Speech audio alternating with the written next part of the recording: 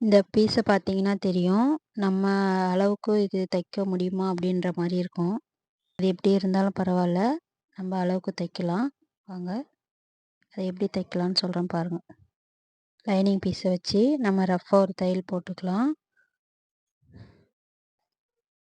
நம்ம right side என்ன அளவு தச்சிருக்கோமோ, அதே அளவு தான் லெஃப்ட் சைடும் தைக்கணும். அப்ப நம்ம பீஸ வச்சு மார்க் பண்ணி தையல் போடலாம்.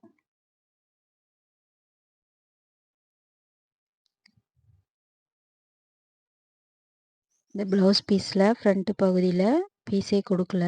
அத எப்படி அட்ஜஸ்ட் பண்ணி தைக்கலாம் அப்படின்றத சொல்றேன் பாருங்க.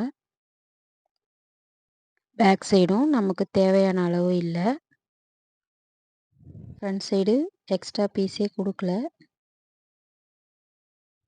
அவங்க எப்படி குடுத்துருந்தாலும் பரவால்ல. நான் தைக்கிற மெத்தட்ல தச்சு பாருங்க.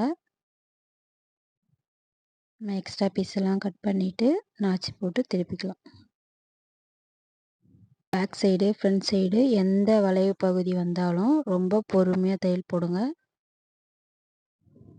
சுருக்கமும் வராது. ஃப்ரண்ட்டும், பேக்கும் தூக்குன மாரி இருக்காது.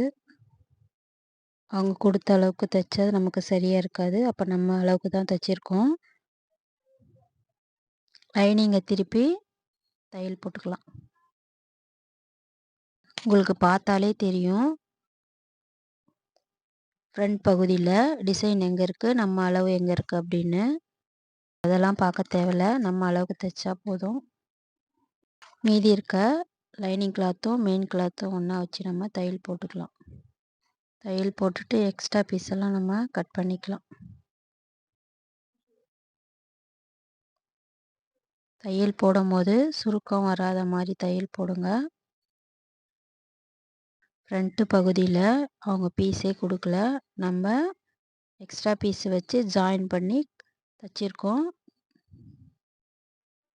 ஜாயின் பண்ண பீஸ எக்ஸ்ட்ரா இருக்கிறத நம்ம கட் பண்ணிக்கலாம்.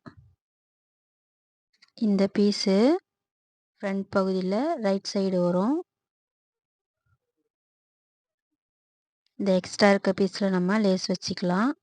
எங்க டிசைன் இருக்கோ அத தள்ளி டாட் பிடிச்சுக்கலாம். எனக்கு தெரிஞ்சு சொல்லியிருக்கேன். எப்படி இருக்குன்னு பாருங்க.